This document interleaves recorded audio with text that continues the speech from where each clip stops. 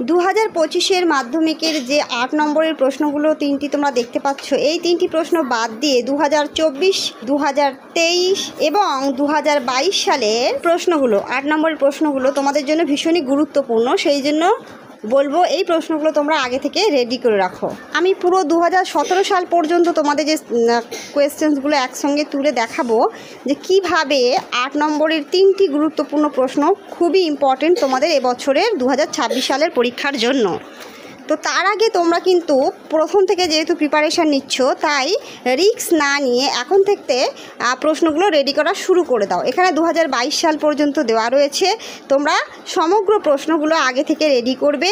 যদি রেডি করো ঠকবে না, কারণ এটা তোমাদের 4 মার্কসের জন্য এই প্রশ্নগুলোই গুরুত্বপূর্ণ আছে। ঠিক আছে, নেক্সট পরবর্তী ক্লাসগুলোতে তোমরা একের পর এক সমগ্র সাবজেক্টের সাজেশান পেতে থাকবে। সাজেশান তৈরির প্রস্তুতি কিন্তু শুরু হয়ে গেছে ইতিমধ্যেই।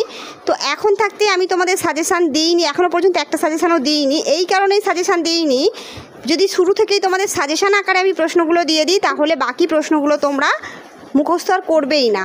তো রিস্ক না নাও, সেই জন্য তোমাদের এখন আমি আপাতত ইম্পর্টেন্ট প্রশ্নগুলো দিতে থাকছি।